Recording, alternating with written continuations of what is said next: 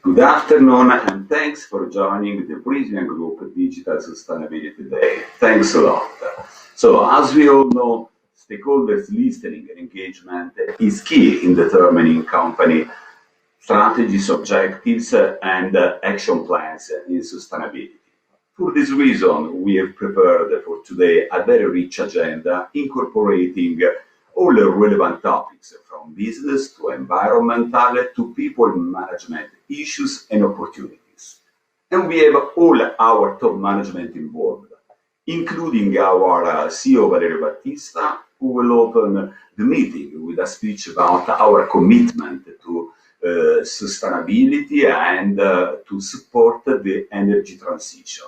Then our Chief Operating Officer, Andrea Pirondini, will give us a speech about the sustainability of our supply chain. Monica De Virginis, Chair of the Sustainability Committee at the board level, will bring the voice of our board. Then Monica will be followed by Fabrizio Lucman, our Chief HR Officer. Fabrizio will tell us how much we care about people and communities. We will end up with Swinis Ripulopoulos, our Chief R&D Officer, who will provide an update on our innovation strategy. So at the end, there will also be two talks involving our colleagues worldwide. Now, let me leave the floor to Andrea Cabrini, Managing Editor at CNBC Class Television. Andrea will take us through the next 2 hours. So go ahead, Andrea, please. Well, thank you, Lorenzo, and thanks for having me, and it's a pleasure. As you were mentioning, we as an economic media at Class NBC, what we do see is that the pandemic is making clear that focusing on long-term sustainability is the new priority for companies, but at the same time, is helping separating companies that are serious about a low carbon and ESG future and those who are not. So I would like first to approach with this, the CEO of the company, Valerio Battista. Welcome, benvenuto, Battista. Good afternoon to everyone, and thank you very much, Mr. Cabrini. First of all, Valerio Battista, I would like to ask you, as the leader of this company, what is sustainability for Prysmian? Sustainability is part of our DNA. No way. We are a public company, and we need to be sustainable towards all our stakeholders. I like the idea to run a company that is going to be able to help the humans to move towards a more sustainable future. Because we know that sustainability is also about making the production of energy, of electricity, clean. And number 7 of the Sustainable Development Goals of the United Nations is to guarantee an access to everyone, to a sustainable and modern energy sources. What's the role that you can play with your business also for this aspect of sustainability? Business on our side, our role is to let the population to get the energy, the green energy available to them. For that is absolutely important to have powerful and reliable electricity networks, because the green energy is generated far from the traditional location where the industries and the consumption is. And is an essential need, the ability to move the power, very big amount of power, from the generation areas to the utilization areas. For instance, the German corridors are one of the assets that we are developing, because the generation of clean energy in the North Sea is pretty far from the utilization area that is in the center and in the south of Germany. How about your projects for the future in this sense? Because, for example, we do know that in Africa, Northern Africa more specifically, there's a vast amount of resources, but there's a very limited amount of electricity from solar produced. What your plans are on this side? My opinion is that whereas North Europe, and specifically their North European wind is available for to be transmitted inside the European Union. On the south side, the asset to be developed sooner or later is the sun, because the sun is another big source of green energy that have to be developed, and obviously the North Africa is the biggest and best location to do it. Then even this power have to be bring to the consumption areas. Now, to do that, it takes advanced technology. How much do you invest in these kind of projects? And how about also the new vessel, the cable laying vessel, Leonardo da Vinci? What's the role it's going to play in the future of this?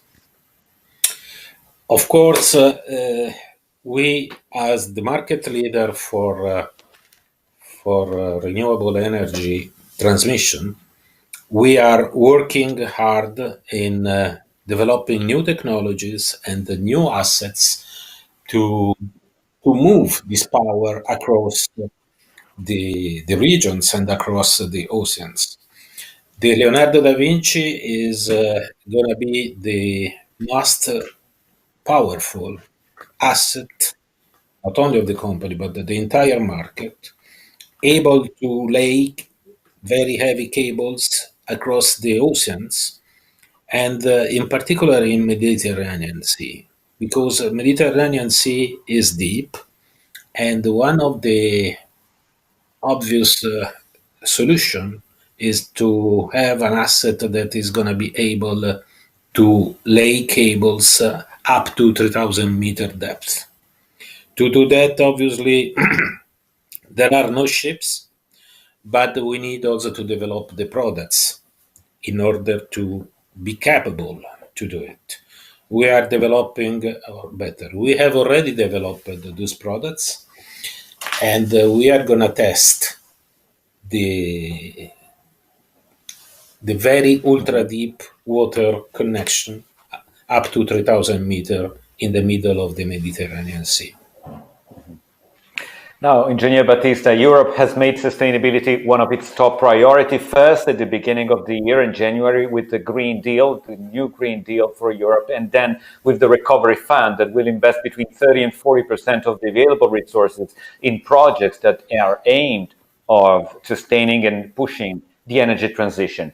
As a company, as the leader of this company, what do you expect from these public efforts in the relation with what you are doing, the role you will play in this? We expect support, not so much economical or financial support, but most of all, support from the, how do you say, from the logistic point of view, because it's extremely difficult, and political point of view, it's extremely difficult to put together customers and entities that are playing different roles in different regions. An example is, for instance, the link that is under project between Europe and North Africa, the Eurasia, that will become Eurafrica, where we are going to link Europe with Cyprus, via Cyprus, with Middle East and North Africa. Obviously, are we talking about countries and jurisdictions that not always are in total collaboration that we need of the political support. All right, Engineer Battista, and right after we leave you, and this is a big sustainability day for the company, and we do have stakeholder listening. So what's your final message, your takeaway? Because when it comes to sustainability, it's not just about what you do, it's also how you do it and why you do it. So what's the final message that you want to leave ahead of the introduction? Then I'm going to discuss some of the themes with your colleagues. The final message is very simple. I invite you, as well as my colleagues and my organization, to work in order to guarantee a better future to our successors. That's our job. All right, thank you so much for this. And so please continue to follow us on our Sustainability Day. Thank you, Engineer Battista. All right, let me move over to Andrea Pirondini. Welcome, Andrea Pirondini, who's Chief Operating Officer at Prysmian Group. All right, Andrea Pirondini, let me ask you my first question, which is, we know that sustainability has to be measurable. It has a lot to do with practices inside companies, with goals, with targets. So how do you align the company with the sustainability targets? And have you defined these objectives and these targets? And how do you manage sustainability inside Prysmian? Okay, so well, I think it's an important point, no? Because besides from the various declarations that are pretty much similar between all the companies that are pursuing this important point, I think the how is makes a difference in the end. And when you ask me how, I would like to start. Maybe I don't know if I can start projecting some of the few slides I have prepared, because I would like to start with an image. I unfortunately cannot see it, so here we go. Just a second.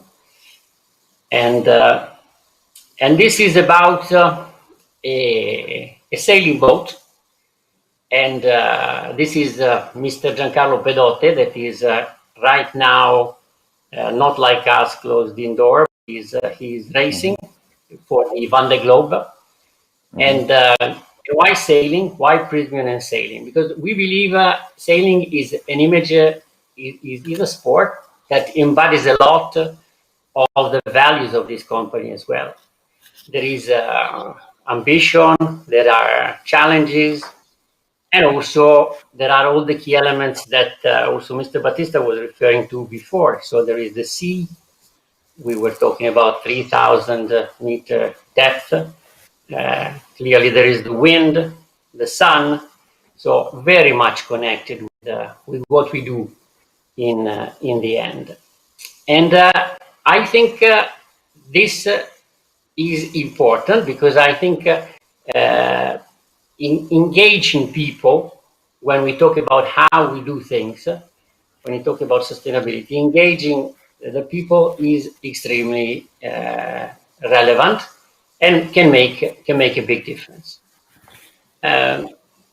We can move on to the classic goals that, I mean, in this respect,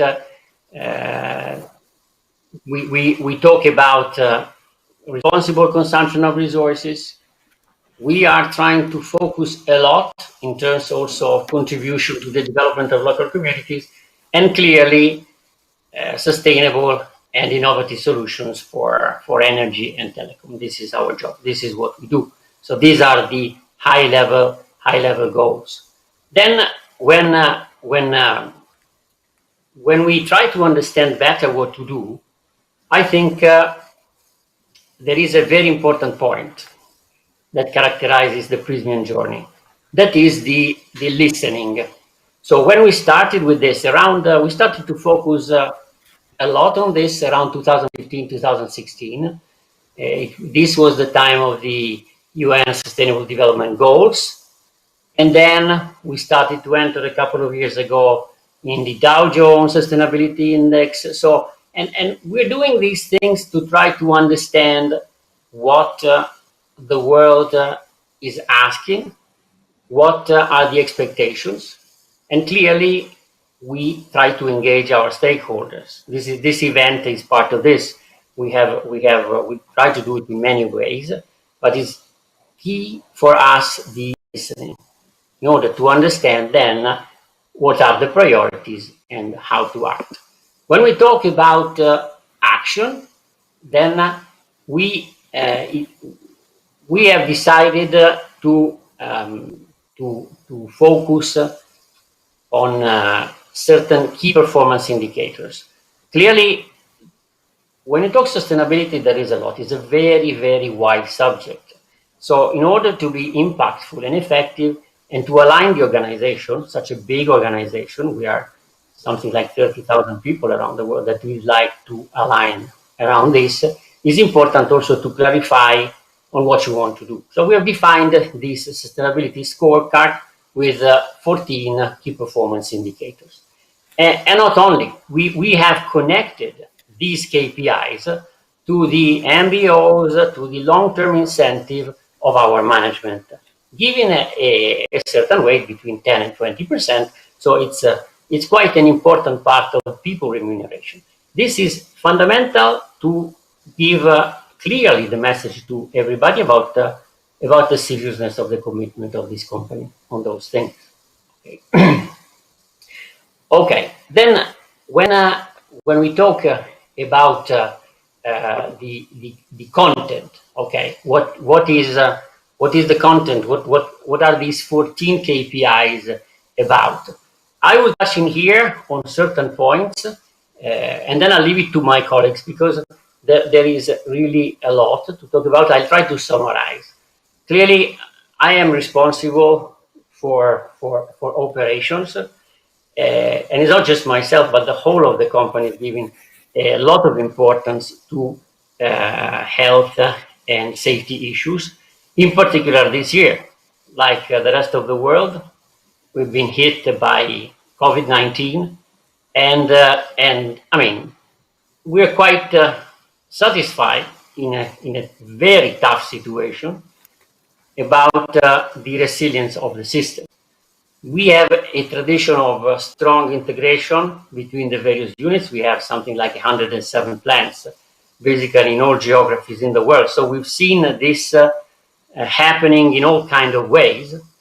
And the level of attention that the operation system, the plant managers, the whole of the organization, I mean, we tackle this issue every week with the direct CEO involvement to make sure that we do things properly and we guarantee the safety of our people.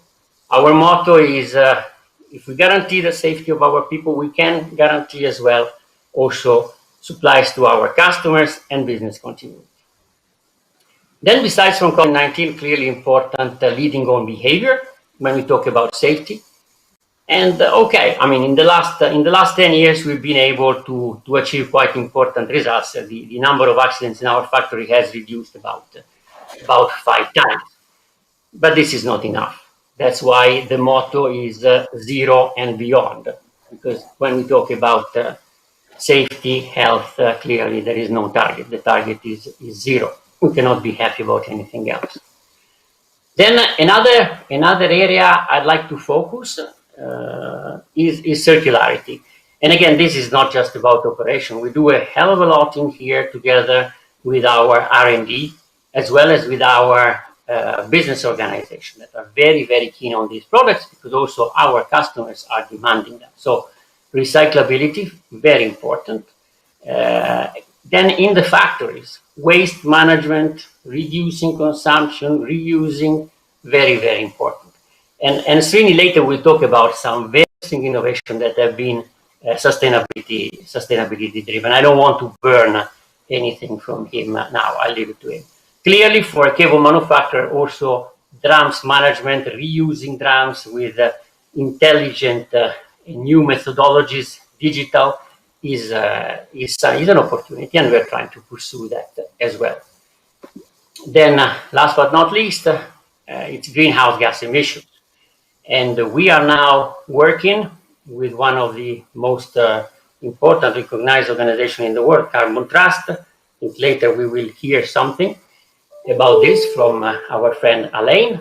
And we are working to try to understand what we have to do in order to accelerate towards net zero. Clearly, we are continuing to work on a concept of extended supply chain, and this is because our customers are asking for it, and because we want our suppliers to be committed. Extended supply chain is fundamental, because when you talk about greenhouse gas emission for a company like Prysmian, you know, the CO2 emission that we produce are about 1/10 of the total, the supply chain we are part of. Therefore, to work with the concept of the extended supply chain is absolutely fundamental. And then, last but not least, it's energy transition and digitalization, where we have an aim of leadership. This is the core of what we do. And about this, an important number, we have increased, if we talk about the 3 years starting in 2020 and finishing in 22, we have increased of about 50% the total amount of investments in sustainability-driven initiatives. And we are running for the next 3 years, for these 3 years, at the level of around 450 million euros, which large part of this, a little bit more than half, is in the introduction of innovative products and processes that can help through the value chain our customer to accelerate on the energy transition and digitalization of the planet. All right, Mr. Pirondini, thank you so much for this overview of your strategy in terms of sustainability. Just a very quick one for you before we move over. And it's also about the role that the leading company like Prysmian can play into the industry. And my question is, I know that you do have, for example, a carbon footprint associated to all of your products. And in terms of educating the market, are you ahead of the market sensibility? Is the market aligned? And what is the market reaction to your sustainability practices? Well, you know, as usual, there are people that are ahead of us, and there are a lot of other companies that we have to pull and that are behind. And this is why it's important to work on the value chain. It's important for the listening, because when we talk to our customers, our key energy customers, for them, I mean, sustainability is key. If you talk to the people who generate energy, I mean, energy generation is responsible for about 40% of greenhouse gas emissions in the world. Mm-hmm. So this is the key area. Our customers are part of that game. So they are super focused. They invest billions in projects in order to move towards renewable energies. And they want their suppliers, like us, to develop in this way. So it's great to work with these guys, and they are pulling us a lot. They're teaching a lot to us. I have to say that when we were starting in 2015, 2016, we took a lot of inspiration from these companies that were at the forefront. Mm-hmm. At the same time, we have a role of pullers versus a lot of our suppliers that are not that sensitive yet. So it is important that we start with this to enlarge our scope. People talk about scope 3. It's important in order to create momentum in the system. This is key. Absolutely. Yeah. Absolutely. Thank you for this also, Andrea Pirondini. You know, sustainability is not a game that you play on your own. It's all about the value chains, and thank you for also this explanation. And so now let me introduce Monica De Vigilis is a board member at Prysmian, and she's the chair of the Sustainability Committee. Welcome, benvenuta. Buongiorno, good morning, good afternoon to everyone. Just a very quick question, then I'll leave the floor to you, because, you know, ESG is also about governance, and you are inside the governance. You have a first-hand visibility on this. And is the board and the management committed how much and how is committed to the sustainability programs and horizon of Prysmian? The answer is a big yes, absolutely. So the board, the non-exec of the boards have few touch points with stakeholders. So it's really sustainability is integrating the view of stakeholders, which the company management and overall the company used to do since ever, but for the board is a little bit more difficult to embark the view of the stakeholder. So the success story of value creation of Prysmian is really deeply rooted in the strong relationship with the customers, suppliers, employees, communities, and of course shareholders and lenders. So the board sees value creation, sustainability as a value creation driver. And this is one of the reasons the board decided recently, early this year, to create a standalone sustainability board committee. Not that sustainability was not part of the board agenda before, but sustainability was integrated within the remuneration and nomination committee. So with the decision to spin out, we decided to put more focus on sustainability, having a committee completely dedicated to sustainability. And I would say I'm proud of being part of this. And in particular, we have decided among us to design rules, which in my view are really the result of kind of a recipe for success. Sorry about that. So one is the composition. So members with direct business management experience, with the chief operating officer as a secretary, and this is very rare. I've not even seen in the marketplace a setup like ours. And second design rule, a methodology for shortlisting priorities. So among the 14 pillars Andreas presented, we decided really to focus on a short list. And the method to define this short list is really following what we believe are the key value creation drivers for the company. So people, impact-driven innovation, and environmental leadership. So as a result, we have selected 3 priorities for the board to oversight with a special focus across the 14 pillars and their one, the effective engagement of the stakeholder through the materiality matrix and community tools.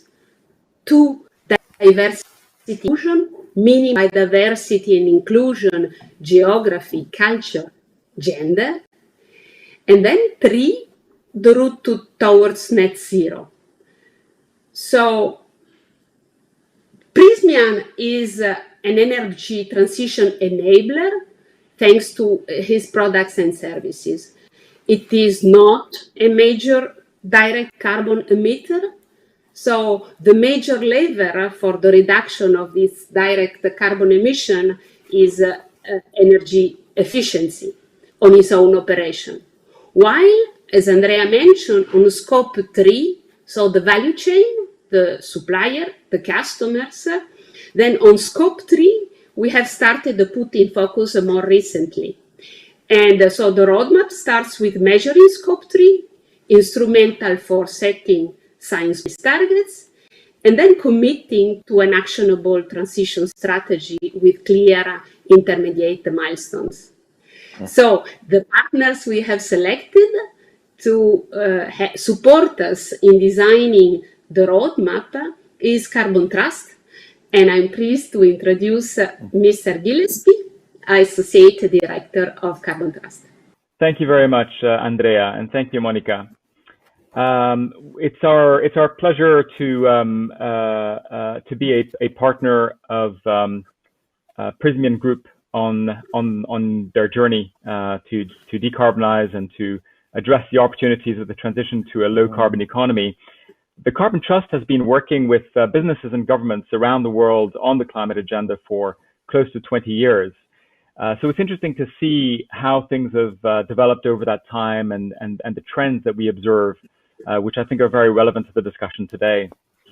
So 15 years ago, one of the big changes was companies actually measuring their carbon impacts and aligning this to the greenhouse gas protocol, and that evolved then to disclosing what these are and putting those carbon footprints in the public domain through various platforms, and then that evolved into setting public targets on climate.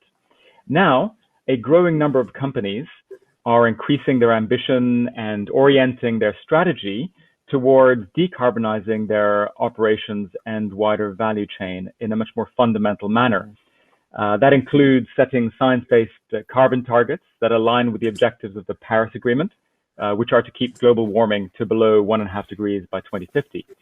And furthermore, companies are looking seriously at the opportunities to enable and influence decarbonization of the wider economy, aligning their business plans and their business models towards this. So, for example, innovating their product and service portfolios to enable energy efficiency and decarbonization for their customers,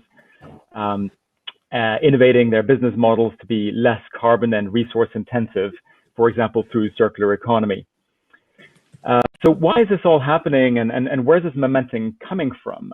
Behind this, we really see three big drivers of the action happening today. One is a strong spotlight and high expectations on disclosure.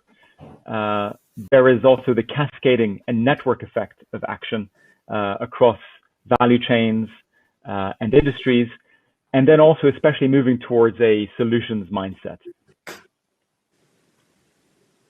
Yeah, can you tell us more? Yeah, please. No, go ahead. Absolutely. So building on those three areas, I think the important things to note are around expectations. Firstly, there are very high expectations on disclosure and on action. And one initiative that's becoming very important and will become increasingly important is that of the TCFD, the Task Force for Climate-Related Financial Disclosure. It is driving a lot of attention from regulators, national regulators, as well as investors. And that is requiring companies to really take seriously the risks and opportunities of climate change and identify how they will impact the business and disclosing what plans are in place. And Monica was talking about the strong governance structures that are required, and that is absolutely one of the areas of action that is needed. Around the cascading of action and network effects, also, as was mentioned by Andrea earlier on, there is a strong requirement for engaging with supply chains, engaging with customers, and we're seeing a lot of action coming through that. So where regulations are, of course, important, but where perhaps they may be seen as less of a driver in the immediate term, the business driver is extremely important. So the demand from customers for action, passing that down along the supply chain is a very powerful incentive for companies to take action. And then around moving towards solutions mindset, companies are really seeing this transition towards net zero as an opportunity for the business. They are identifying decarbonization opportunities within their own operations and in their supply chain, and really seeing that as an opportunity to improve competitiveness, whether it's around cost, whether it's around resilience, or being innovative and developing and deploying technologies that are helpful to them, but also to their customers.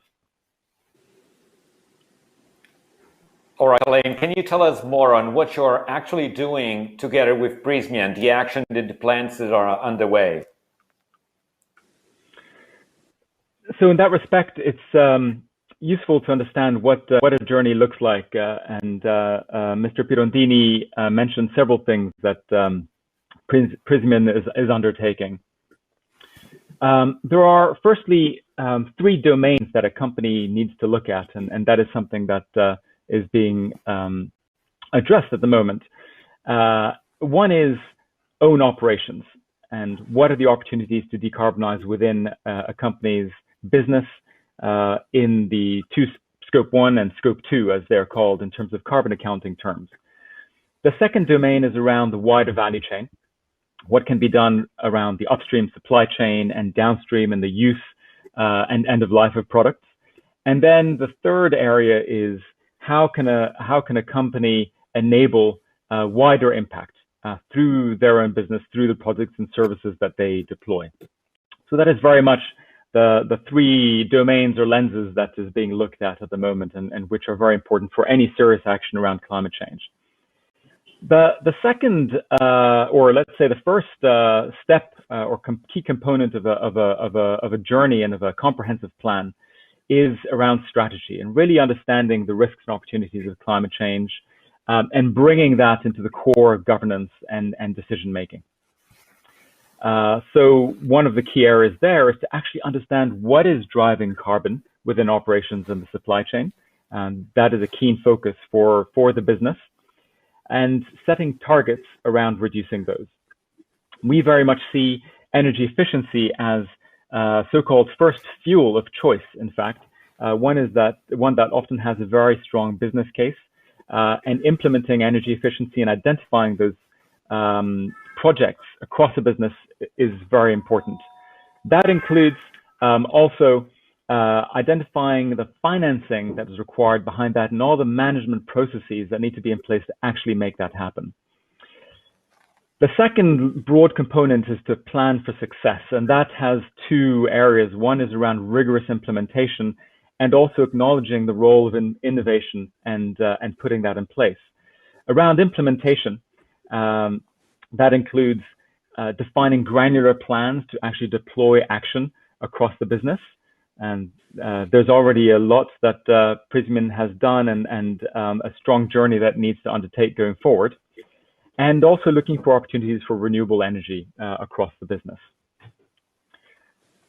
Innovation is very important as well. There is a lot that can be done around energy efficiency and renewable energy, but there are oftentimes aspects of the business model that can only be addressed through innovation, where it requires fundamental transformation, whether it's around the technologies of production, which oftentimes need to take place over a longer period of time, but also around the products and how the business can play a key role in decarbonizing the broader value chain within which it sits, and of course the customers it works for. And the third important area is about influencing, and that really looks at the fundamental role that a company like Prysmian, for instance, can play, working with governments, collaborating with peers, with customers, and with the supply chain to actually create that change that needs to happen. And it's important to acknowledge that climate action does not happen in a vacuum. There is a lot happening around. We talked earlier on about COVID-19. The Build Back Better agenda has climate at its focus, at its core, but it absolutely needs to also look at aspects around social factors, SDGs, it was mentioned earlier on, and that is an important aspect to be integrated within a climate and broader sustainability strategy. So that really is the broad journey that we see leading companies to take, and we are collaborating with Prysmian on.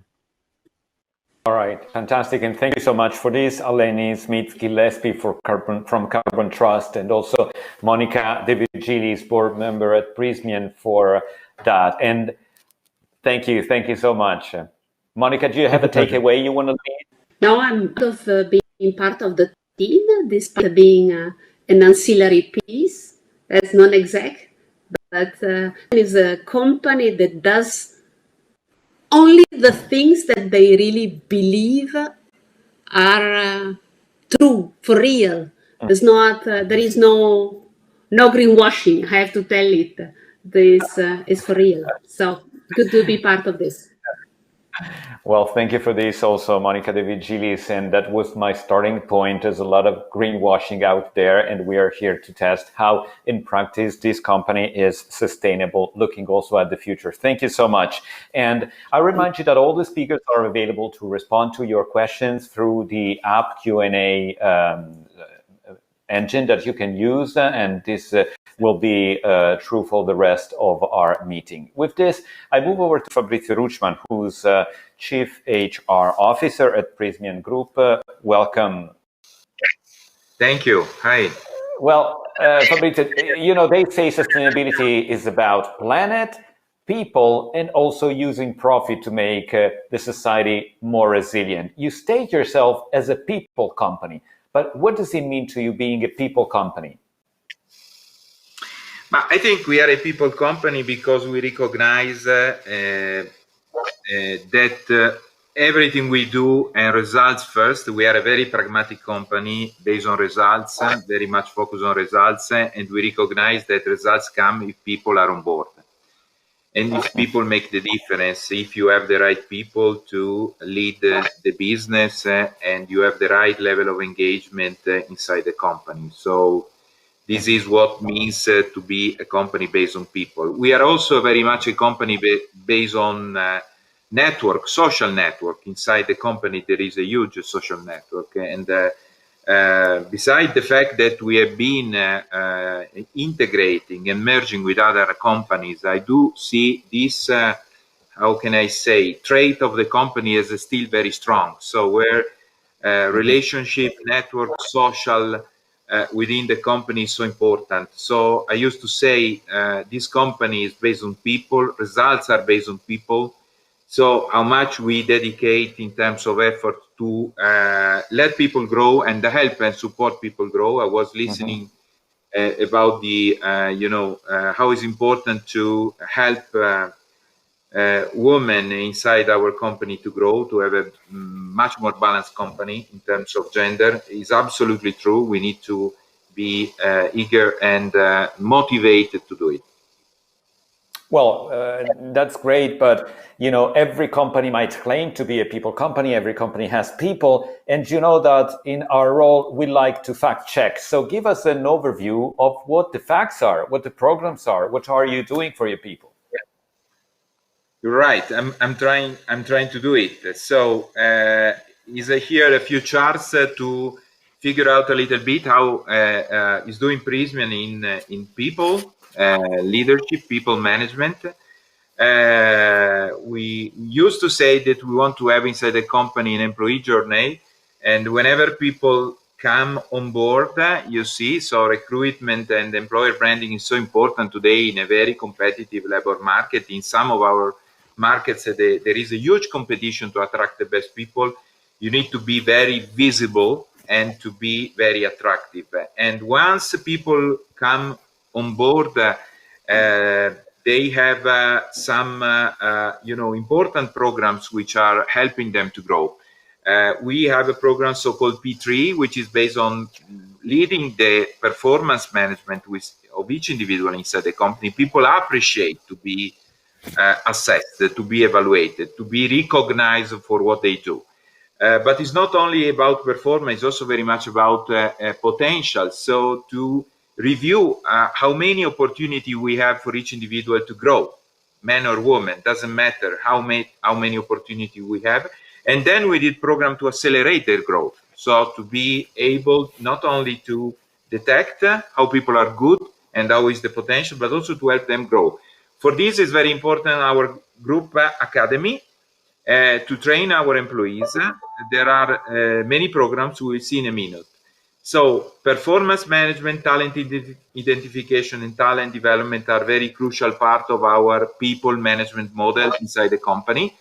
On top of it, we recently added also an internal job posting program, which is basically giving all the open opportunity, full visibility inside the company to let people make a choice to run for a certain position inside their region, inside their country, and very soon also at a group level. So we need to give the chance to our employees to grow. And whenever they see they have a chance to grow, we need to give them this chance.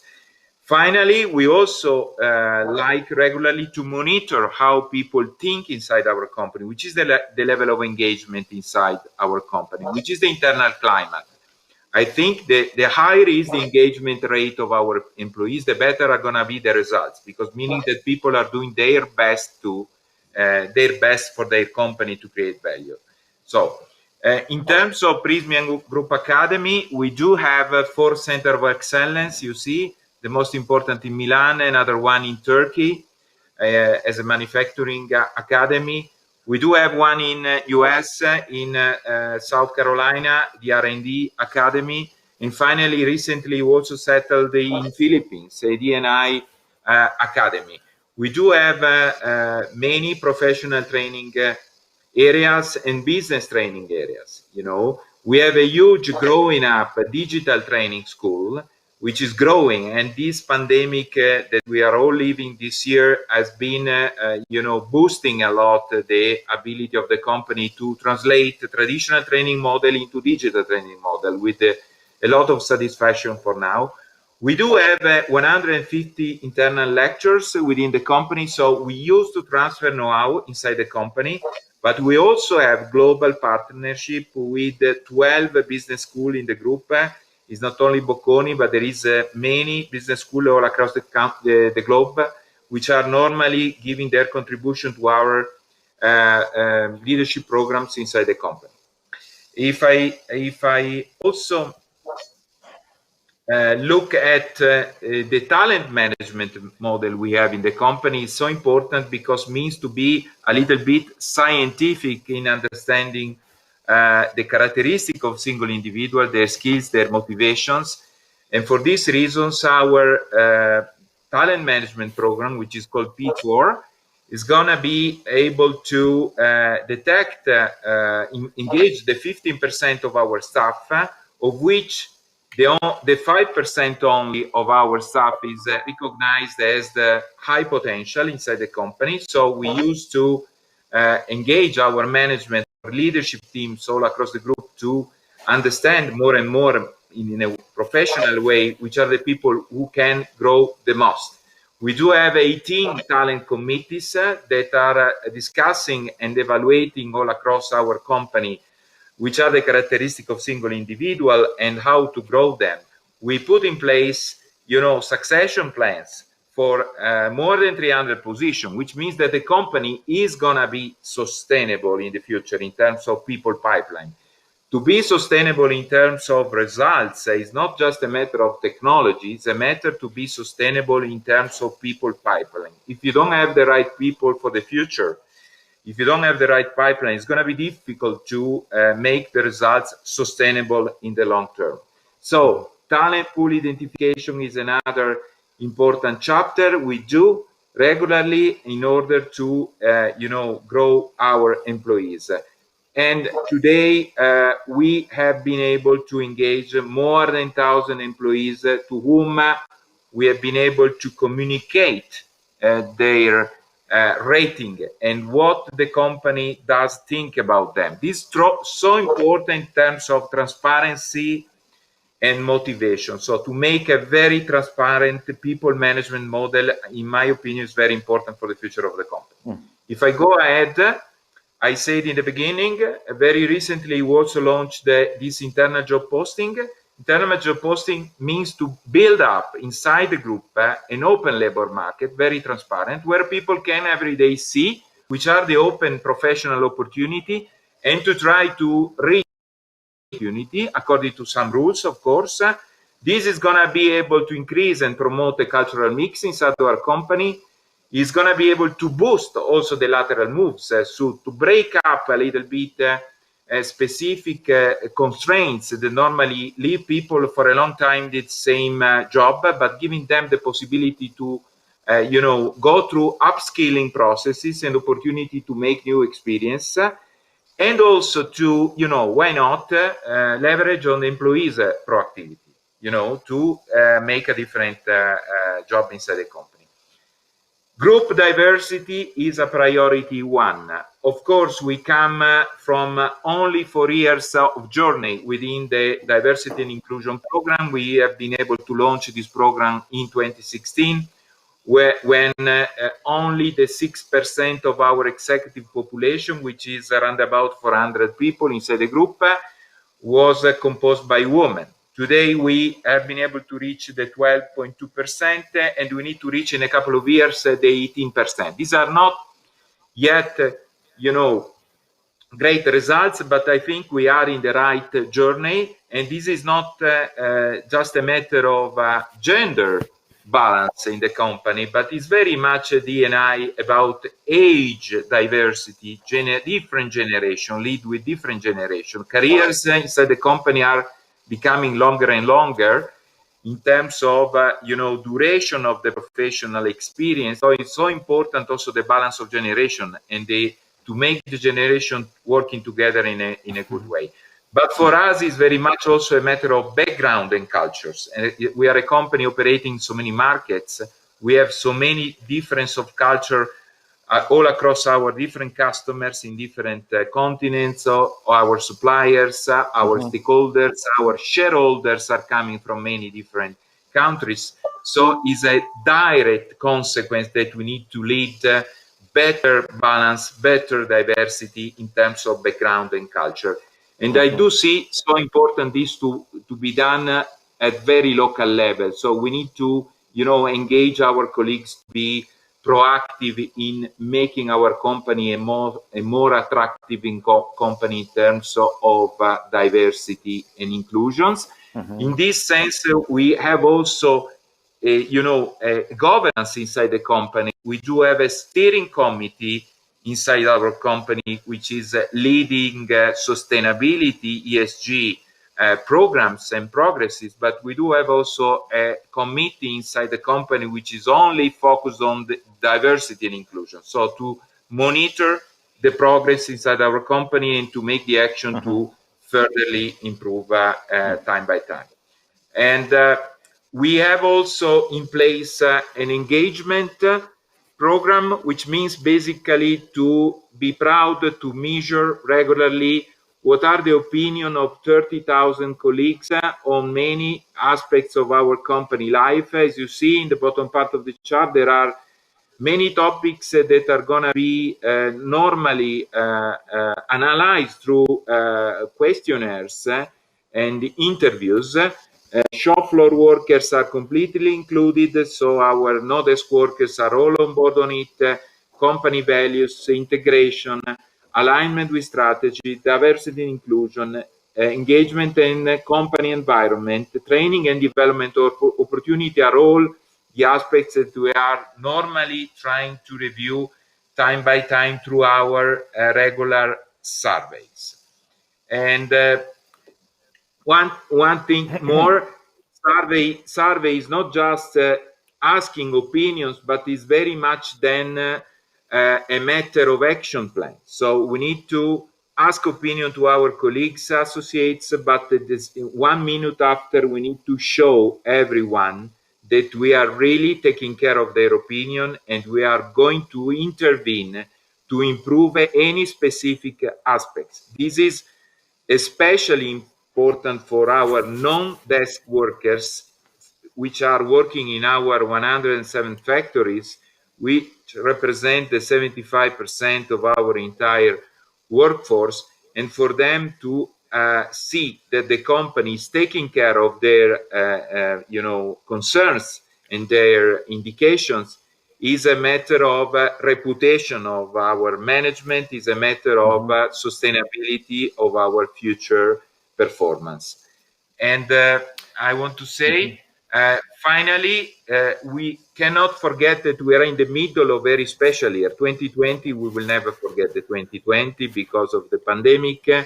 And for this reason, we have been able to start an intercultural journey. So we have been involving a certain number of colleagues to design the future of work at Prysmian. So I don't think this pandemic is going to leave us without changes. You need to be able to, learn from this experience, to go smarter in the future in terms of working model, less traditional, less linked to a specific workplace. So much more balanced, so more sustainable in terms of commuting, more innovative in terms of working spaces and working tools. All these are very common topics all across the companies, but I want to remark that we are really working on it, and we are working with a very nice approach of inclusion to try to settle a manifesto very soon by the end of the year, which is going to be able to design how will be the working model in the future of our company. That's my comment. Yeah, thank you, Fabrizio Ruchman. You went through many aspects about what you do for your people and also the future of job. We're going to check out some of these aspects with some women that are at the top leadership of your organization in different regions of the world. And in a few minutes more, we'll also talk with some young talents that are working inside Prysmian. But thank you so much for this. Thank you. Well, sustainability is also about diversity and inclusion, and we discussed these topics with three top managers of the Prysmian Group. Let me introduce Salihara, who's Chief Executive Officer at Prysmian Group in Sweden. Welcome. And also Cinzia Farises, Vice Chairman and a Chief Executive Officer at Prysmian Group in Turkey, and Vanessa Alvarez, Energy and Project Vice President of Prysmian Group in Latin America. Welcome, everyone. Now, Vanessa Alvarez, let me start with you. Give us a little bit of your background first. Introduce yourself. Okay. I'm Vanessa Alvarez. I am in chair of Energy Project Business Unit for Latin America. I have been in this industry for close to 15 years in different positions and caring of different businesses in the countries inside Latin America. And recently I received an expansion of my role, caring of the Vice Presidents of Energy Project in Latam. Well, growing in an industry that is typically dominated by male historically, maybe it wasn't that easy. Can you share your experience? What the main challenges that you faced were? Yes, being a woman in an industry mainly dominated by men could be challenging in some moment, but for me, it's not an obstacle, no? There are some preconcepts about how a woman should be. Something like a woman should be more conciliative instead to combative, or trying to get along instead to driving hard negotiation. So sometimes people expect to see a specific behavior and a specific leadership style from a woman, but I don't overthink too much about it, no? For me, the power of diversity is to bring to the table different perspectives, and I try to be focused on it. I try to evidence with action the power that the women could add, the value added that we could add. Okay, let me move to Cinzia Farise. Welcome, Cinzia. And can you give us a little bit of your background first?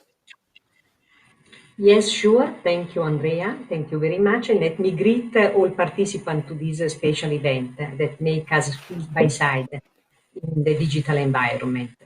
Well, I was born in a wonderful Italian region within mountains, not very far from Milano, where they saw me born and they saw me live, and where the approach to sustainability is your baptism, the respect of common values, the respect of the community, the respect of the environment, the mountain environment cannot be questioned. I have a degree. I ask, yeah, please. I have sorry asked, to interrupt. No problem. And several masters in Italy and US. I always invested heavily in training, and not only in the early stage of my career. And I have worked in the private and the public sector, both in services and industrial product, as executive and non-executive director in different boards of listed and non-listed companies in Europe and outside Europe. All in all, my experience in Prysmian Group has lasted for over 11 years, during which I covered different positions at different latitudes. I have then left the group when I was asked to take over the responsibility of a state company. And then finally, I decided to come back home. When there was a very big challenge to take over the responsibility of Prysmian Turkey. Well, Cinzia Farise, I ask you the same question I already asked to Vanessa Alvarez. So it's an industry, and it's a very specific industry. Well, male culture has been dominant for a very long time. How was your experience, and how did you get to one of the top posts inside the company? Let me say it was for me not an obstacle, but surely a big opportunity. I think the world is ready to accept us more than we suppose it is. Today in Prysmian, the difference is not made by the gender, is made by the person. This is extremely important. Sure, I had to face many challenges, as all in life. My trip so far has been particularly happy, which does not mean easy. But certainly the first big one step, the big challenge, it was when I decided to give up everything and work and live alone for one of the most complex and fascinating emerging country of the planet, India. At the time, my father told me some trains only pass once in lifetime. And I told myself there was Sonia Gandhi, which already decided to leave for India. I can also do. Just a small detail, she was married with Gandhi. So I knew that for a while I would not have the possibility to dress my stiletto heels and all the comfort I use, but I understood immediately that I have to leverage on similarity to learn the Indian values, faith, reputation, family, religion. And after all Indian values were not so different from mine. There is no gap that can be filled. I totally agree with Vanessa on this. So basically, I see more opportunity than problem. Thank you so much, and Cinzia Farise. Let me move now from Latin America. We went to the Mediterranean, Italy, and Turkey. Let's move to Sweden, the northern part of Europe, with Selihara. Welcome. Thanks a lot. And happy to be here, and I'm happy to be in this event. And greetings for everybody. Yeah, can you tell us a few words about you and your history also inside Prysmian? Well, my history, originally I am born and raised in Finland. I have been actually in a place which is so remote that you hardly find in a map. And I have been doing my legal degree in Finland. So I have a master's in law, where I actually have started my career as a lawyer and done quite relevant years also as a lawyer profession as an attorney. Then I have moved to HR and eventually also now in general management and the business. I joined Prysmian in 2005 and as an HR, and I have now moved to Denmark, country CEO in Denmark 2014. And then now I have been here in Sweden 2017 as a country CEO of Sweden. So that is my career in short. All right. Now, I asked already to your colleagues a question which is about what were the main obstacles, if there were, because there's also a kind of a national culture about, diversity and the role of women into the job market inside company. And we perceive that the northern countries in Europe are well advanced in this side. But did it make any difference in your path? Indeed, actually, it's a very nice question. There are two angles of it. One angle is that when I joined Prysmian, actually quite many people were telling me, okay, if you want to move ahead, maybe Prysmian being at that point of time, 2005, relatively Italian focused company in some extent, being Latin culture, engineering, and have to say also very gender balanced, unbalanced with the male. Maybe that was not the choice if you want to move in your career. That was something that I have suggested a few times.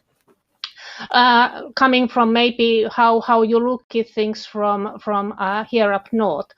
But it has been turning out over the years that we have developed as Prysmian, and as well, I think the culture in general has developed.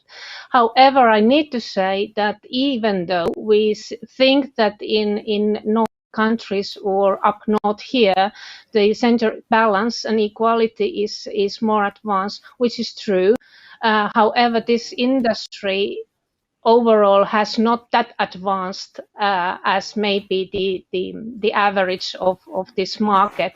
So I have to say then when I go now today in events within the industry, with the customers, with another suppliers, I tend to be still amongst very few women in a room.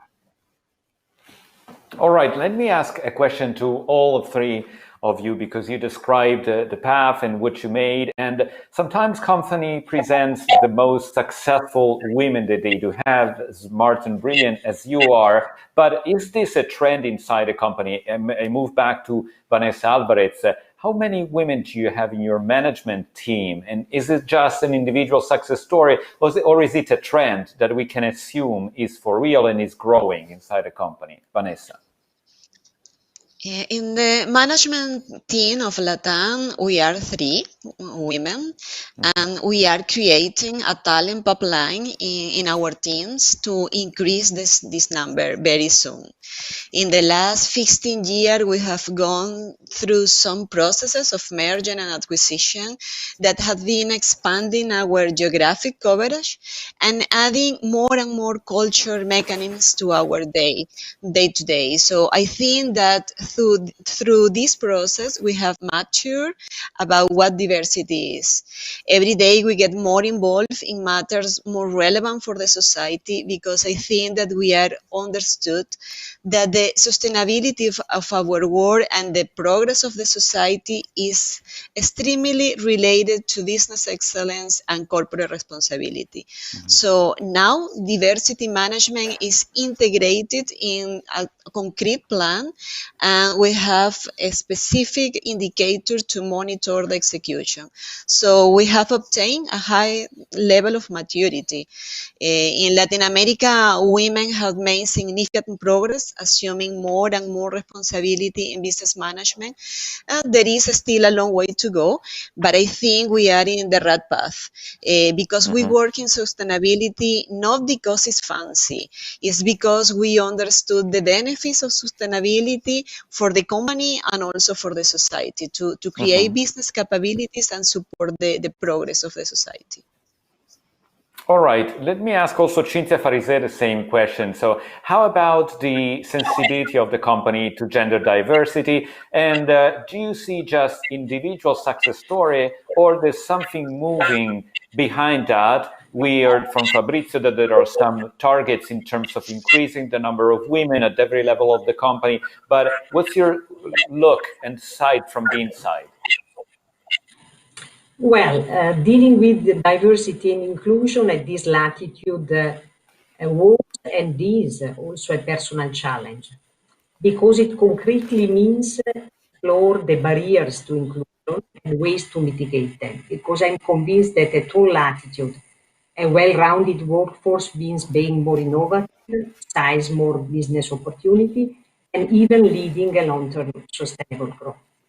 Which is why here in Turkey, we decided to reinforce our business model to integrate economic, social, and environmental responsibility in all aspects of our activity in line with Prysmian Group. We appointed 15 sustainability ambassadors. We built our 10-year plan for sustainability, where for sure multiculturalism, diversity, and inclusion are fundamental pillars of our daily life. As manager, we are facing one challenge after another this year. Make leadership pipeline more inclusive, rebuild after disruption, shape sustainable leaders. And together with COVID-19, the test benchmark for an effective corporate social responsibility has arrived. And also, finally, has arrived also some recognition. I'm proud to say that last week we received the first absolute prize, Woman Empowered Board of Director by Sabancı University Corporate Governance Forum, being the first company in Turkey with gender equality in the board. Celiara, how would you grade the sensibility in terms of gender parity inside the company today? And I start with you also looking at the future. What's next and what the company should do to go and move further looking ahead? Yeah, let me start by sharing a story which that goes back to 2016 when we actually started the side-by-side program kick-off in Prysmian to actually work strongly with the diversity targets. And I remember on that time we had this kickoff with the manager executive team in Milano. We were 100 people there, and at that time in that room, amongst this 100 people, we were only 2 women there. By far, we have been taking steps from that onwards clearly, and we have been moving on.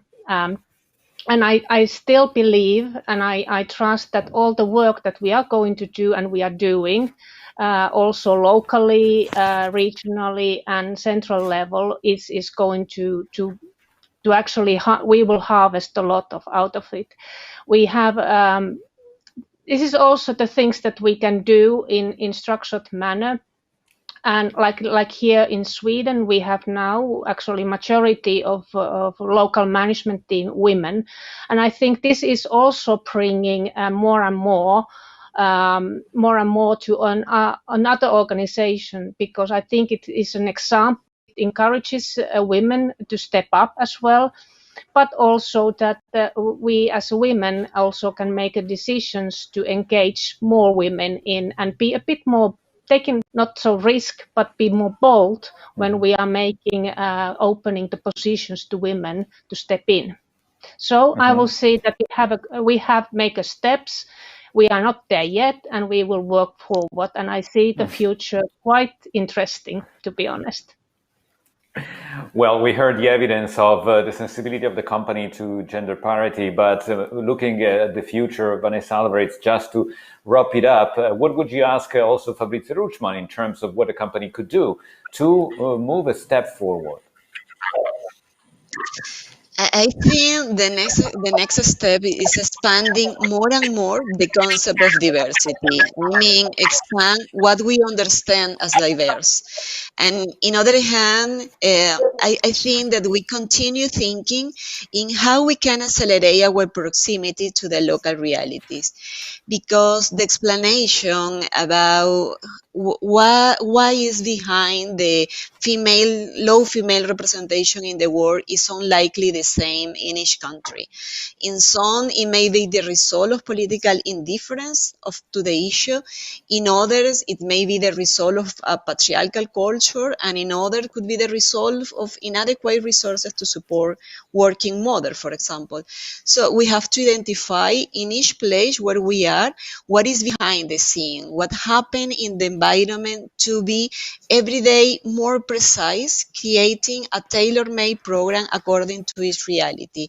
Because the aspiration is to be a role model company from a global perspective, doing a deepest the way to influence in each location where we operate.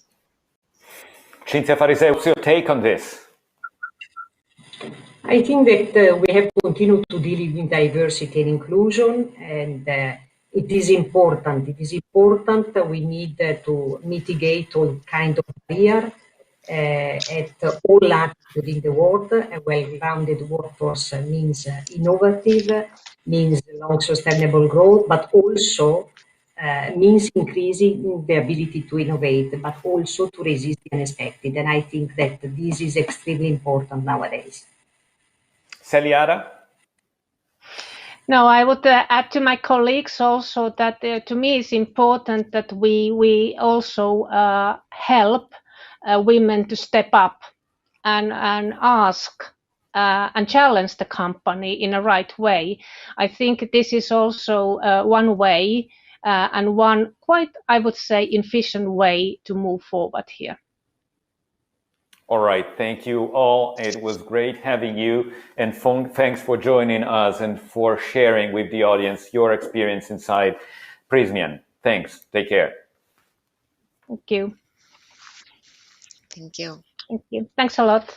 Bye. All right, we already discussed the relation between sustainability and technology, but there's no technology progress if there's no innovation. Now we are with Srini Sripurapu, who's Senior Vice President for Research and Development in the Prysmian Group. Welcome, Srini. Thank you. Thank you for having me here. Now, you do have a crucial role inside the organization, which is based on innovation and technology. Can you help us understand what's the relation between what you do in your R&D department and the sustainability process that Prysmian is underway? Yes, Andrea. We at Prysmian Group strongly believe that sustainability and innovation are linked together. Both these initiatives are like running a marathon. They're not a sprint.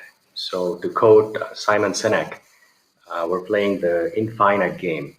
So what you will hopefully hear from me over the next 25 minutes is that not only we have a serious intent on these two topics, but we're also having a stronger commitment to action on both these topics. All right, that was interesting, but can you drive us through what's in store? What are you working on into your lab and R&D activities? Thank you very much, Andrea. I have a set of slides that I would like to walk us through to share with you our overall innovation strategy, as well as what are we doing in terms of being a meaningful player for energy transition and digitalization. So what I would like to really start with is a quick picture, a big picture around our innovation strategy. At the heart of this strategy is really our business strategy, and that is to be our customers' preferred cable solutions provider. So how do we do that? The way we do that is to build a strong foundation based on costs, efficiencies, and portfolio management. And then we layer on top a strong innovation portfolio to position Prysmian to enable both the energy transition to renewable sources as well as digitalization. And then on top of it, what you see on the slide is two long-term drivers. One is sustainability, the other one is innovation accelerators.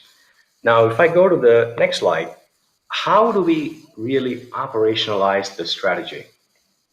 A strategy without a plan of action remains just a piece of paper. So here what you're seeing is the four innovation pillars of Prysmian Group. We start with Group R&D, which has two main objectives. One is core platforms, core R&D platforms for the long-term growth of the company. And the second one is to have product development roadmaps that are aligned with the individual business unit strategies. Then on the right, you have Prysmian Electronics. Prysmian Electronics is an innovative startup company within our company, where we focus on asset management of grids as well as energy efficiency. And then when you come to the next one, which is Corporate Hangar, Corporate Hangar is an innovation accelerator that we started about 3 years ago. And the goal there is to launch startups every year to create more future value for our stakeholders. And finally, the most recent one that we have launched, which is Digital Ambition. The idea behind Digital Ambition is to create both digital products and to increase the digital culture in the company. We're living in some interesting times, including the Sustainability Day that is being conducted virtually. And so digital, we've realized, is going to be a very, very important part of our future journey.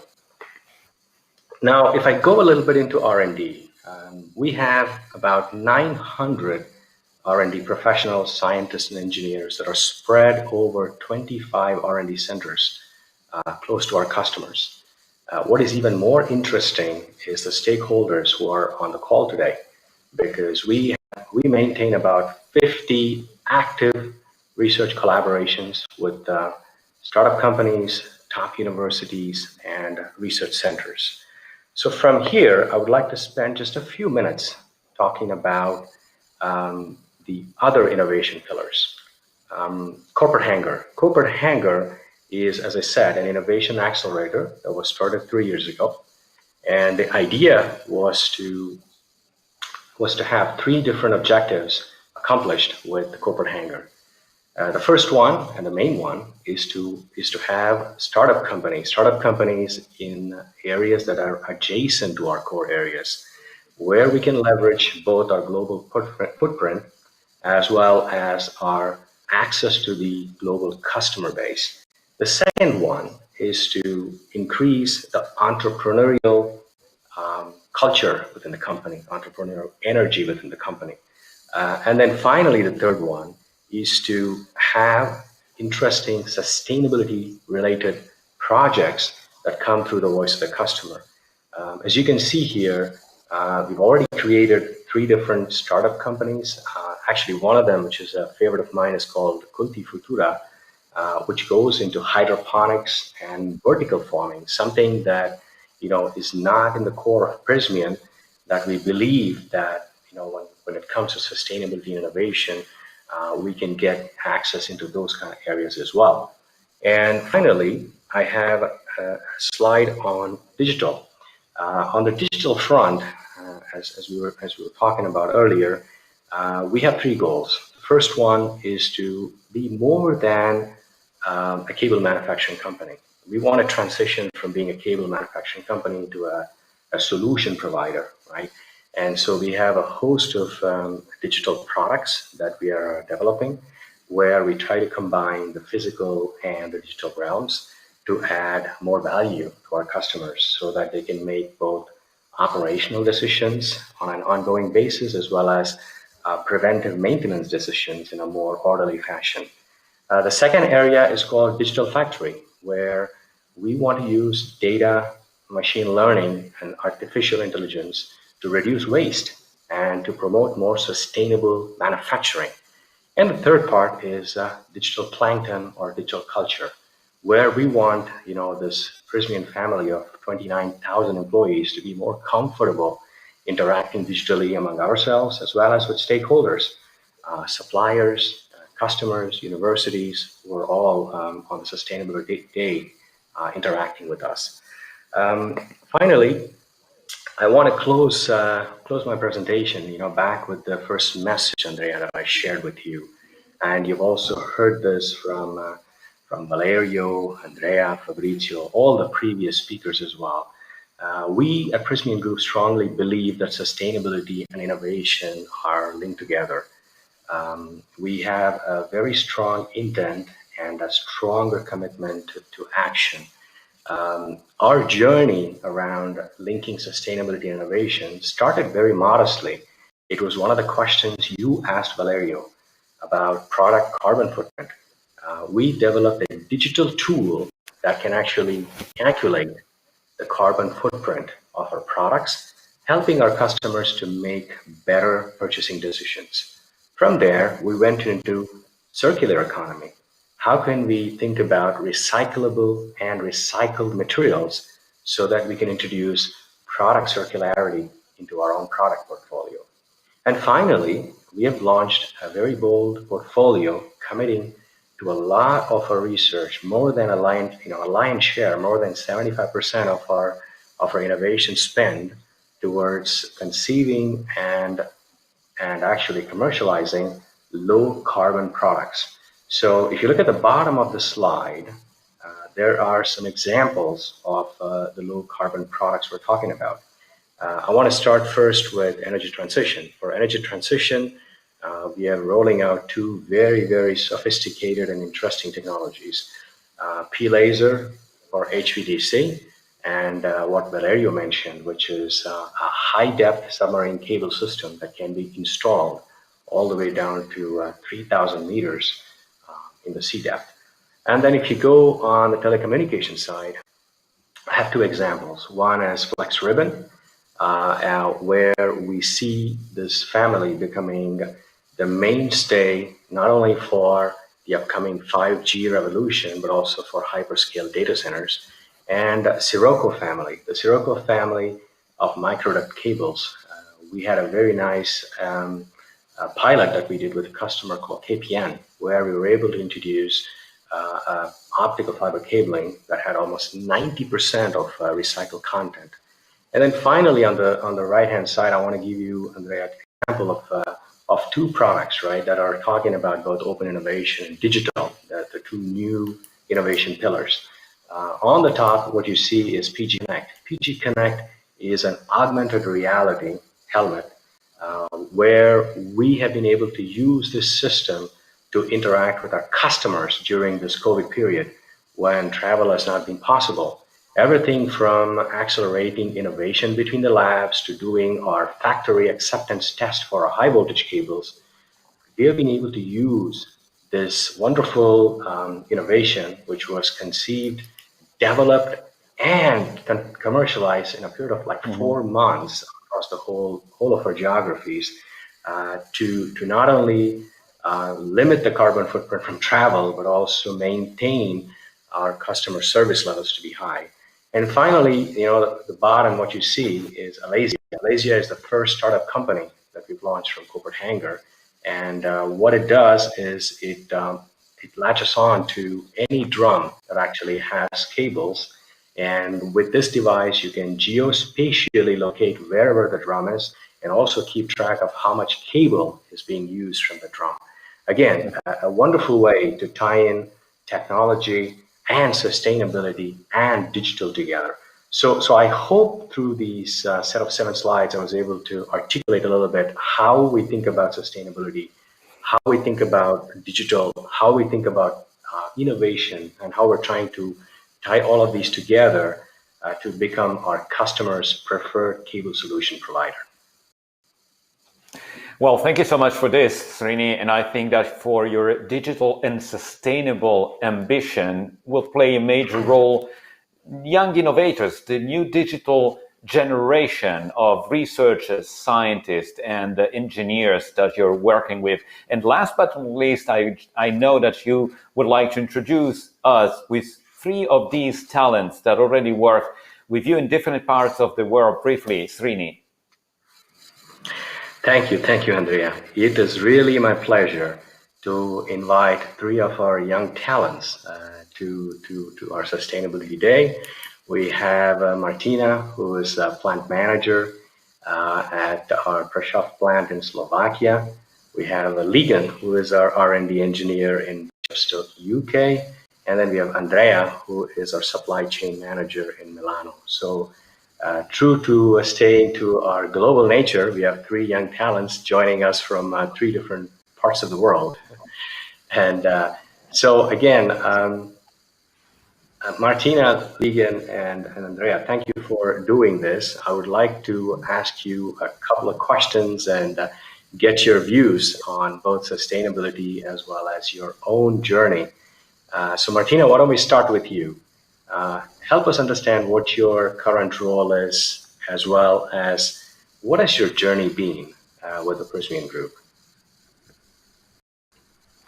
Yes, thank you, Srini.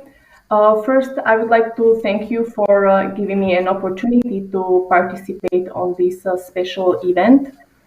As Srini already mentioned, I am currently located in Slovakia, in Prešov MMS factory, and I hold here a position of a plant manager, meaning that I am responsible for planning, organizing, and directing day-to-day activities and operations.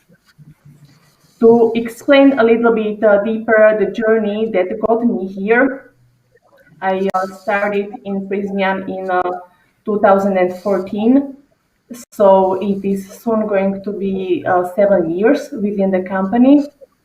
During these 7 years, I changed my role about 5 times, but it was always within operations. I must say that work in operations is like an everyday adventure. And what I like the most about my job are all those amazing people that I have a chance to share this adventure with, because we are really a great team. Thank you. Thank you very much, Martina. I would like to move now to Andrea. Andrea, help us understand, what do you do every day? And can you give us a little bit of your journey with the Prysmian Group? All right, Sine, thanks for inviting me. I work in Prysmian and I'm located into the Milano headquarters. My position is in supply chain area, where I report to our group supply chain director. And between my responsibilities, there are three main items: availability and inventory management, planning of internally produced compounds, and finally, sales and operation planning process improvement. Then, on top of my role in supply chain, I strongly support sustainability. Therefore, I try as much as possible to be involved together with Mr. Pirondini and the rest of the operation team into sustainability projects. Then, just to explain about my journey inside the company, I joined Prysmian in November 2011, 9 years ago, in the manufacturing department. And that was one exciting time to join the team because of the ongoing activities for integrating drug company. Then among manufacturing, I covered different roles. But amongst my journey, I would like to highlight one key element. So I had the privilege, the opportunity to work on efficiency projects inside factory. I was spending 80–90% of my working time into our plant. And this is very important for my journey because not only I had the opportunity to get in touch, to know about manufacturing processes, but most importantly, I had the opportunity to deal with diverse experience, different culture, and work in different countries. And this is still today what I look forward when come to work into Prysmian. Thank you very much, Andrea. I would like to move now to Ligon, who moved to the UK from the US recently. Yeah. And also being a part of the R&D group, obviously, I am a little partial here. So Ligon, help us understand, please. What do you do? What have you done in, let's say, in your role in Lexington? What are you doing? What will you be doing, let's say, in UK? And then a little bit of your journey as well, so far with the Prysmian Group. Thank you, Serini. I'm currently in the Bishopstick plant in the UK. Like Serini said, I'm relocated from Lexington, South Carolina in the US this month, actually, so brand new over here. I'll be working as a research and development engineer with our telecom team. I just joined the team, but I'm excited to see what I can contribute. As for my journey with Prysmian, I joined the company last June, so new there too. I joined straight out of college where I went to study mechanical engineering. I joined with the International Graduate Program.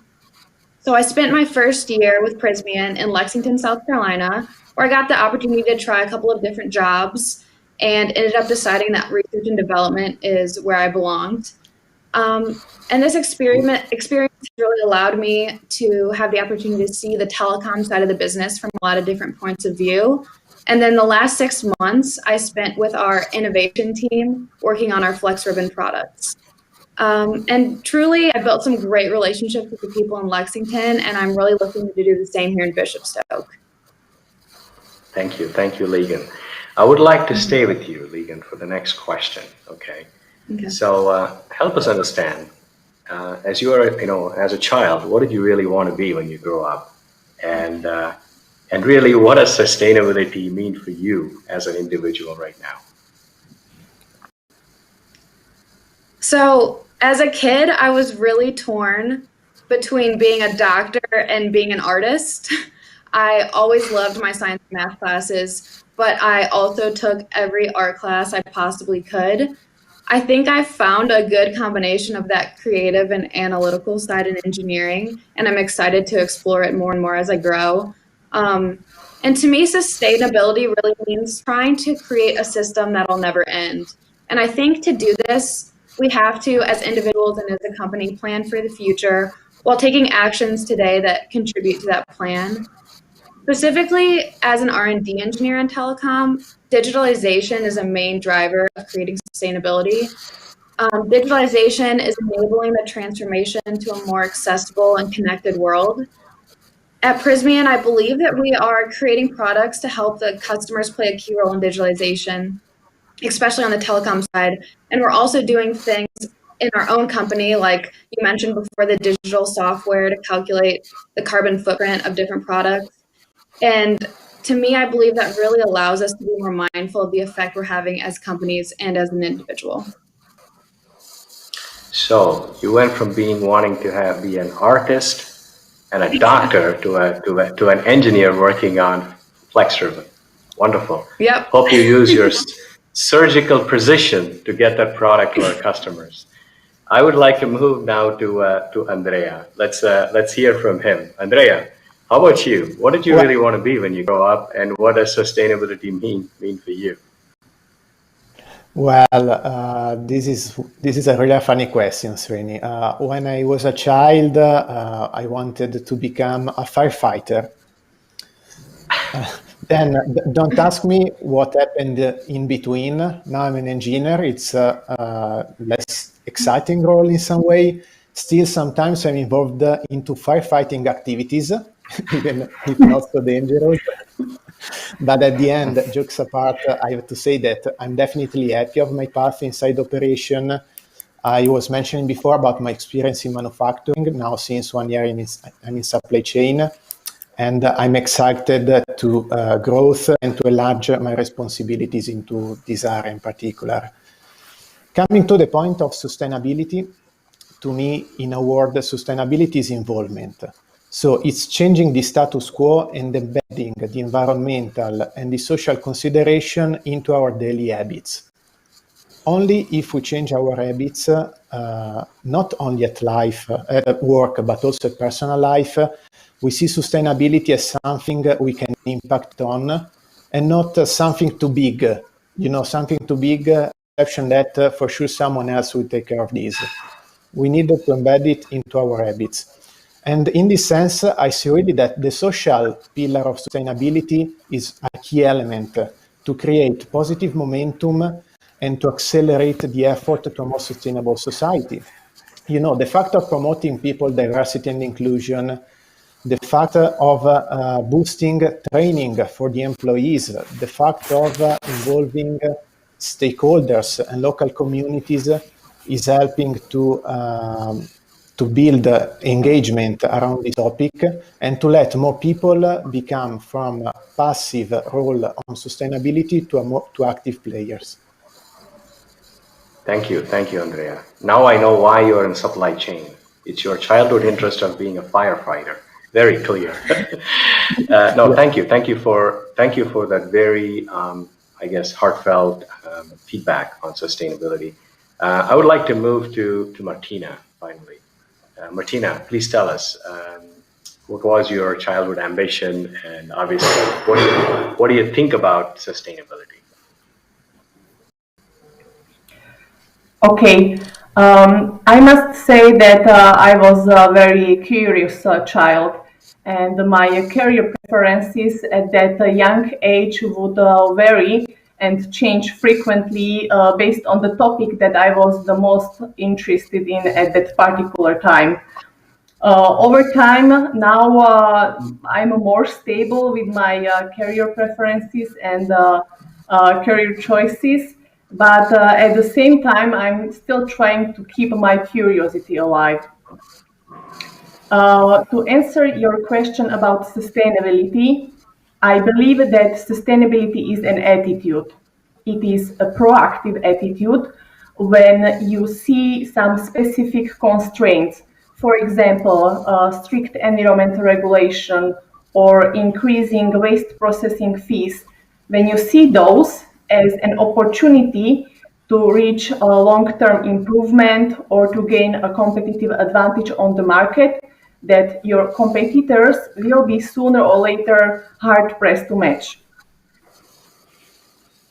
Thank you, Martina. All right, Martina, I'd like to stay with you for the final question that I have for all three of you. In your view, Martina, how can innovation help sustainability? And on the other way around, right? What is your opinion around the link that sustainability and innovation have together? I think that a very interesting sector where we can see a clear and strong connection between innovations and sustainability is energy efficiency market. And this has been also mentioned a couple of times within this sustainability event. Innovations in this area are contributing to lower environmental impact, and as a side benefit, they also provide benefit of cost efficiency and cost savings to the companies or to the final consumers. Thank you, Martina. Let me move to Ligon with the same question. Ligon, what is your feeling and what is your feedback on how sustainability and innovation can work together? For me, as someone who has worked with our team in the US, I believe that our Flex Ribbon product is contributing to both the group's sustainability and innovation goals. With this product, we can drive more efficient and reliable universal access to telecommunication.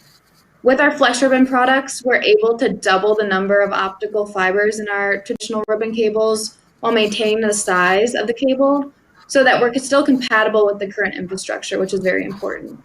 And as we continue to innovate our optical fiber products, we're contributing to the company's goal to increase the percentage of revenues from our low carbon products, which is also very important for sustainability. And I think to sustain our innovative products, we're protecting our technology with patents while also expanding our capabilities of producing this product throughout the world, which I hope to help with. Wonderful, wonderful. Andrea, you're going to have the final word of the day. Please help us understand how you feel about sustainability and innovation working together. Well, innovation is fundamental for sustainability. To me, for innovation to be successful on sustainability, the key point is that it should not be focused only on the environmental, the social and economic performance of the single company, but it should look at the end-to-end supply chain to improve the overall performance. So innovation should always be linked with collaboration with the customers, the supplier, and the other stakeholders. And I think that one great example on innovation through collaboration is what Prysmian is doing with the enabling the energy transition. So the fact that innovation in this case, is facilitating the development of cutting-edge high voltage and submarine products, which enable the customer to ease the installation of the product, reduce the investments, and therefore improve their financial sustainability of their project, therefore creating a win-win situation. And let me close saying that I see also the opposite relation. So sustainability can help innovation.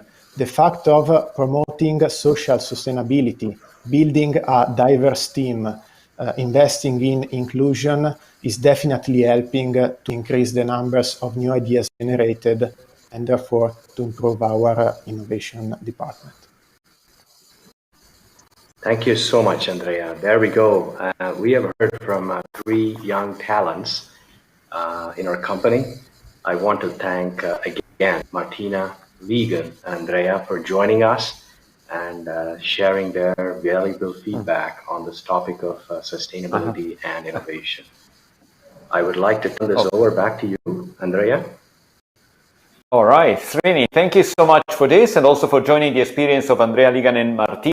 Their energy, their passion, but also determination and very clear ideas about the future and the future of the company. So thanks to all the panelists. It was a pleasure going through what's sustainability for an industrial leader, Italian multinational group like Prysmian. And now to wrap it up, I leave to Lorenzo. Back to you, Lorenzo. Thanks, Andrea, and thanks, Srini, for the very interesting talk with our young talents, and thanks to all our people and top management.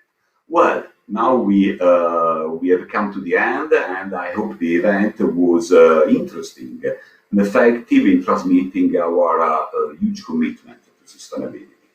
Well, looking forward to having further opportunities for a dialogue with you, and have a good afternoon.